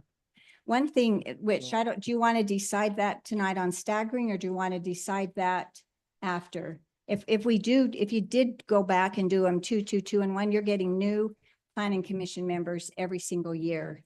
I And think then- there's a real simple way to do it. You put 1, 2, 3, 4. That represents a 4-year term. And then the first year, you put who's going to be in there in the first year. The next 2 would probably be the 2 that already have 2 years left. On the 3rd year, they would have to be 2 new people, and the 4th year could be 2 new people. Right, so you'll need next meeting to decide who goes into which slot. Right, there you go. Yeah. But it's a simple process. It's not. It'll be real simple to stagger those terms. So do we need to meet again to do that? To stagger the terms? Or to What- decide which No, individuals? yeah, you've got to decide at some point, and you can do it at the next meeting. You don't know who the people are at this point, so I guess you just call them positions, or you can wait until you know the names, and you can say this one's for 1 year, this one's, I don't think you want anybody for the 2 years, because you've already got 2 coming due in 2 years. Yeah, You'd have 2 more in 3 years and 2 more in 4 years. and we appointed 3 last week that were appointed under our old ordinance for 4 years. No, they weren't. I think we withheld the length of time until you get the others on. We did. Okay, well, one thing, if you have, Was it valid then? That's my question, was our meeting when we appointed these even valid? Does it even count with who they elected as the chair and vice chair? Because they hadn't been given the oath of office. You just redo it. What things did they pass? Have you got people out there building buildings that they were authorized? to do? No. yes, there were some conditional use permits that were passed, some oversized structures. Yeah, Was there any question that they were going to be approved, or was it right? no, Yeah. yeah, Then you yeah. probably are. So the main thing is the chairman, re-electing the chairman on February 13th. Well, we can check with Brandon then with that. One thing to think about, like I mentioned, if you do 2, 2, 2, and 1, we are having a new planning commission member every single year. If you have 3, 2, and 2, always there's still a majority in, because at any given time, there would be 4 that would have existing terms, and then 3, which might be a little bit easier than every year having new planning commission members. So that's just something to think about if you do the 2, 2, 2, and 1. Be nice to Because know even with, with the ordinance, know what you want. yeah, so even with the 3, 2, and 2, there would always be 4 that would always still be staying. And then 1 year 3, because it's been 3, I mean, you've known for 3 years, there were 3 that were coming up. But 2, 2, 2, and 1, every year we're getting new planning commission members. And that makes it a little bit, I think, difficult. Well, we'll just So- take a look at that, because I think there's a simpler way than what you just explained. And Yeah, it's well, that's, stagger 'em. couldn't be any simpler. So Reed, a question for you. If there's some wordage that we like to maybe add to that? Yeah, tell me what it is. Okay, so- Let's get it in. So I think to reflect more on the state code, to be more consistent with it, I think we gotta say, this is 10-5B, the appointment process, so it would be first page, right? It's right. Okay, Yeah, right there. right there. So I think it should read, the mayor and city council shall appoint the members of the commission subject to the approval of the city council's majority vote. I think that's more consistent with how the state code reads, because I think we're getting hung up on who's got the power, who's got this and that and appointments. So I think that would put us more in a cohesive, a true city council, and we all talk and discuss about who should get appointed, and then there would be. You want to all interview all these people? Well, we not? couldn't because then There's two- that's, just Well, one of that's, us. right, it's against the Yeah. Open Meeting Act, but it's been, the mayor has appointed planning Yeah. commission. That's how it always has been, It correct, says- Al? Did you appoint? Says May.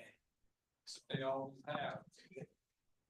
Well, the state code says May, so that's why I'm saying, hey, there's a little bit of a, it's inconsistent. So let's just put everybody together, so we're all a council, let's function as a council and do it together.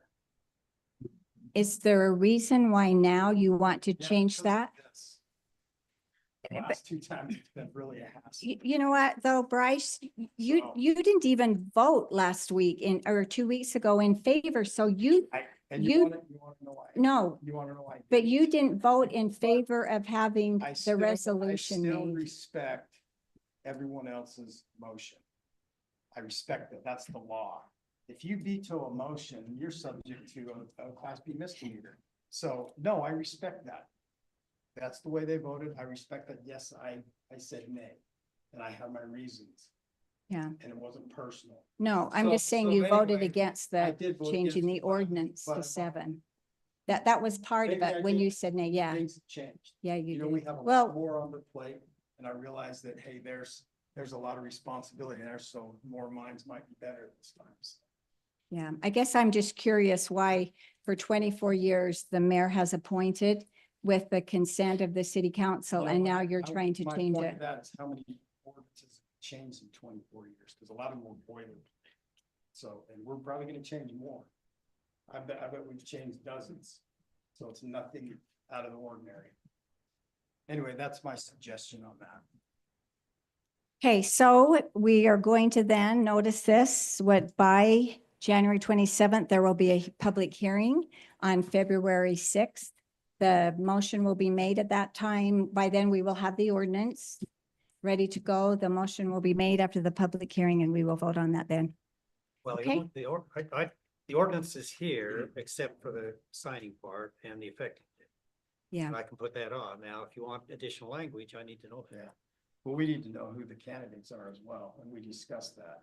So they need to become. well, but the discussion was made in a work meeting. It was not part of a I think motion. on part of my motion. But remember when you made that motion then, well, because you so wanted we- to extend so the them and whole then Ryan purpose of corrected and said, expanding to right, that it 7 couldn't. was experienced people on. So that was the whole reason behind it. Yeah, that was the whole thing, was to have some experience because know, of everything. One thing just to say a little bit about that, not that it'll make any difference with you. Everybody has had a position where they didn't have any experience. Everybody sitting up here at one time had no experience when they became a city council member, when they became a mayor, or when they became a planning commission member. No one started with experience unless if they had perhaps been in another city. The three Exactly. candidates that were voted upon, appointed and voted upon were 3 very capable men that put in their applications to serve. It had nothing to do with anybody that was currently serving and their lack of ability. It was because we had an interest and we had 3 capable men that wanted to serve. Maybe some of you out there at some time will want to serve, and we really appreciate that. And so I guess I take a little bit of a question, I guess, at maybe the answer of always keeping on the same ones Isn't that why we have new elections? Isn't that why we have new appointments? To maybe give other people to serve that might want that opportunity to serve. So yes, the ones that served, thank you. They did a wonderful job. I believe the new ones that were appointed will serve and do a wonderful job. I don't believe that means that we always just have to keep the exact same ones on if there's other people that are willing to serve as well. Right. And Did I- you go out and recruit those three? Did you go talk to them and have them come in and apply, or did they? Because none of them really, there wasn't any one of the three that's really ever attended meetings or been very involved. So that's my question to you. Did you go out and recruit them to come and apply? So one of those told Ryan, I believe it was maybe possibly a year ago, about applying. A couple of others had mentioned before they came in and turned in their applications like everyone else. So that is something That's not that, the question. I know but did you go out and talk to them about coming in? Did you go so recruit there them? were applications that came in just like everyone else. That's how it occurred. So I know it's funny because when, Blake came in for his interview and he said, man, this is formal. He said, when I was called before, it was get in my truck. And then he was told that, and that was with you, Dale, that you and Bryce had already decided that he should be on the planning commission. And I didn't do that. Yeah. We allowed, You're telling things right now that are not true. well, So okay. let's. Anyway, I just- so yes, let's move on. Yeah, We can I had just people make one put in comment? their applications. Debbie came to the interviews. At the end of the interviews, I said, Debbie, is there anybody here who you would feel uncomfortable? And she said, no, as did Malcolm. Malcolm was part. So I really feel like, as far as transparency and due diligence, we put it out for people to come in and apply. They came and applied. We Wow. did interviews and that was it. So that's enough But with that. Can I So- just make one comment? I was brand new when I came in, granted, but thank goodness there was a majority that weren't, because I feel that with their experience, they guided me and they helped me learn. And the experience is priceless when you have a commission or a council. And that's my true belief. And that's why when I gave you the names of the people that I felt would be best for the planning commission, they only had one of those gentlemen on it. And I just wanted to, state that, yes, I do feel that that experience is very important. Yes, it is. And this year we have 3 city council members that are up for election. So we may face a time when we have a lot of experience. We may face a time when we have 3 new ones, which was at the time when Debbie came in. So thank you, Debbie. Okay, so anything else One more on that? planning commission, I just need to bring this up because I had lots of people reach out to me, so it's my obligation. So I don't know, how did you think the planning commission went, the meeting in general? So I don't know that we necessarily, I don't know that this is the time and the place to talk no, about that. It is because they wanted Um, to say it. So we had somebody act inappropriately and I listened to it and it was kind of disturbing. So that kind of activity and behavior, I don't think is acceptable and reflective of our community. And so it's my obligation because people came to me. Mhm. So I'm going to bring that to light that Yeah. behavior can't be. I accepted. agree. I had several come to me as well. There were, and mentioned about 2 individuals that felt like things probably weren't as appropriate, and that will be something. We're going to do some trainings with Planning Commission. I think that's expected, always respect from everyone, whether it's Planning Commission or City Council or any other meetings, and we try to keep those in control. So yes, thank you, and we'll make sure we do those trainings, which we're going to begin next week. So, okay, any other discussion on that then before we? So just clarification, Yeah. What were we at? when are we going to get the 2 names, additional names for the planning commission from the mayor as appointed? When will we hear that? Not till February 6th. Well, February 6th is when we're doing the public hearing. And Ree, did you say we could do the public hearing and approve it that night? Can't. But can we also submit names that night, or do we need to wait till our next meeting? No. Okay, Once you have to do it in the right order. You gotta change it before you put the names. okay, so the public hearing first, and then we would have a motion to approve the new ordinance. Okay, And then you could appoint, and that wouldn't be effective until the ordinance is effective, which will be a few days later, but you can do it. They'll be effective, they'll be appointed as of such and such day. okay. Okay. Okay, so by next meeting, I will bring 2 names for approval. Well, I will appoint 2 for the approval of the city council. Just keep in mind, Sheldon Greener, One of them was already that was already agreed upon. agreed upon. In a work meeting, though. No, it wasn't. It was in up here. But it wasn't part of the motion. Separate. So we're talking, the whole concept was keeping experience, so just keep that in mind. Yeah, but it wasn't. Okay, And then I will talk clarification to our legal on counsel about that because it was in a work, and we will go through the motion. February 13th, what will take place at that meeting? We'll We, we'll I nominate don't a know yet. new chairman. I will talk with Brandon about that if he feels it's a necessity that we do that, where they were sworn in, but I will talk Or with he did Brandon right about that. there. Well, but Brandon was the one in the meeting. He's just Well, as we read- knowledgeable as So- Brandon. Brian already read the law. Oh. Well, yeah, but there's a lot of I don't know what codes, like the, whatever the Attorney General mentioned to read today, there's a lot of codes. Okay, then Reed, you want to rule on that now, or do you want me to talk to Oh, you Brandon? Talk to Brandon, Okay, but it sounds to me like there's legitimate issue, there, so I don't see a reason not to do it again. Yeah. And it probably makes more sense to have the full commission there voting on the chair. It seems to me. okay. Any other comments?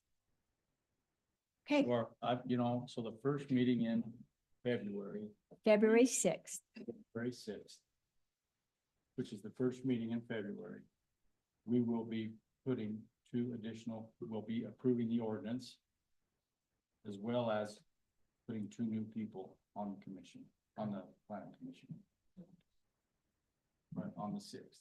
Yes. We would like those names like way before, we don't want them the day of. Well, but yeah, sometimes there's been some concerns. We had that happen once before, and then things were sent that weren't legal anyway. So yes, it has to be 24 hours before. And last time I sent you all an email and told you if you had any concerns to let me know. And I didn't hear, I talked to Ryan, I didn't hear from you or from you either, Bryce, about concerns, because as I mentioned, I'm not going to allow someone to stand there because they're willing to volunteer and then have disparaging things said about their character. I'm not going to allow that. So I did send you that, and so I will do that again. I will send you those names, and if you have questions, then please reach out to me. And so we do not have to put the names on the agenda. I found that out from Brandon. We do not. So Just don't reply to the email. Because then it's a quorum. no, but well, hey, that's one thing different. You send them out individually. Did you notice when I send it out, they were individually? When you send out an email and then you continue responding to that same one, and you're talking about decisions, or when you bring in a letter that Well, if it's says. a group email, that's true. Exactly. If you're responding one-on-one, that's. Yeah, it was a group email. Or if you bring in something that says everyone on the city council has approved of this, have you talked to people on the city council? That constitutes the. open Well, meeting. no, it doesn't. Think about it. If you do it with more than 3, you can't Yes, do it. If it's one-on-one, if you call Ryan and you Mhm. talk, and then you call Dale and you talk, and then you call Bryce, that's Mhm. not a violation. yeah. Yeah, that's why when I send out the email to you with the names, did you notice it came to each of you individually? So when you respond back, you're not violating the open meeting act. But when you send out one and we're all on there and then people respond, that is violating. Yeah, you have a choice of either respond all or respond to the one that sends it. You just need to the right one. Okay, any other discussion on that? Well, it will be again with the advised consent for the city council. Well, I think ours, What cur- does the ours, statute say? ours What's the ordinance currently, say? But ours you've got a currently copy of it. says, yeah, ours currently says consent. The ordinance is exactly the way I've got it right here. It says the mayor shall appoint the members of the council subject to the approval of the city council. That's Yeah, what the current subject to the ordinance approval. says. And the state says may. State, state statute's a little bit different. Yeah. Yep, it's a little different, but it says may. There's may, not shall. Yeah. So we. Yeah, and ours says that. Okay, any other questions? Okay, so the next thing in then is citizen comment, and this can be about anything that was not on the agenda.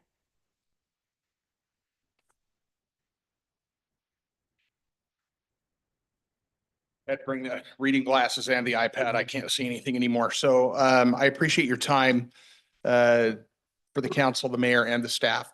This does have to do with the planning commission. However, it's different from the topics discussed that were on the agenda.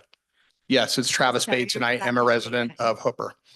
I would respectfully like to address the most recent planning commission meeting from January 9th and would ask that you each take time to review any transcripts, watch any video, or listen to the audio recording of the meeting.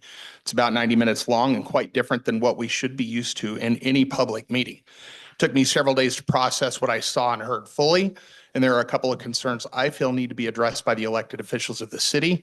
I'm not looking for any resolution today, but I'm simply asking you to, why is Siri talking to me? Not looking for any resolution today, but I'm simply asking you to each look into my concerns and weigh them out with your own findings. The first concern was already discussed about the swearing in at the end of the meeting. I don't think we need to rehash that, so please just make sure that we get that taken care of. The more concerning issue from that evening falls around the behaviors and demeanor of one of the commissioners, Mr. Larson. He was combative for the majority of both the work session and the actual commission meeting, and his directed fury at Commissioner Prince was embarrassing, uncalled for, and could be interpreted as creating a hostile work environment. His fury seemed to begin with a building code standard for roofing that has absolutely nothing to do with the Planning Commission, and continued relentlessly from there about codes, leadership, and the need for change. He continually talked over Commissioner Prince and would not allow her to speak or answer any questions he was raising. It was visibly awkward and uncomfortable to other members of the commission and to some in attendance of the meeting. Keep in mind, this was the first meeting of this newly assembled commission. Personally, I am a believer in differing opinions and healthy, productive discussion around conflicts and those differing opinions. As adults and representatives of the city or of our personal interests with the city, we should be expected to have respectful conversations and discourse. What took place last week at the commission meeting was none of those things. Commissioner Prince does not need me or any of us carrying water for her. In my opinion, she has proven herself to be influential, well-studied and versed, and actively pursuant for what she believes is the best course for Hooper. I don't always agree with her, but find that she is open to discussion and appreciative of different points of view. I'm positive she can stand up for herself, but I will not sit quietly by when she was treated the way she was by Mr. Larson. Again, I'm asking each of you to review the Planning Commission meeting from January 9th and ask if this is representative of what you would like to see in Hooper with our Planning Commission. Thank you for your time. Thank you. Hey, excuse me, but we don't applaud in our city council meetings. But Jake thank Kelso. I'm a resident of Hooper. That's true. Let's not have a lot of noise. There was a lot of talk today about transparency and communication, but I'm noticing the last few meetings have not had citizen comment at the beginning. Those were always there before, but now they're gone.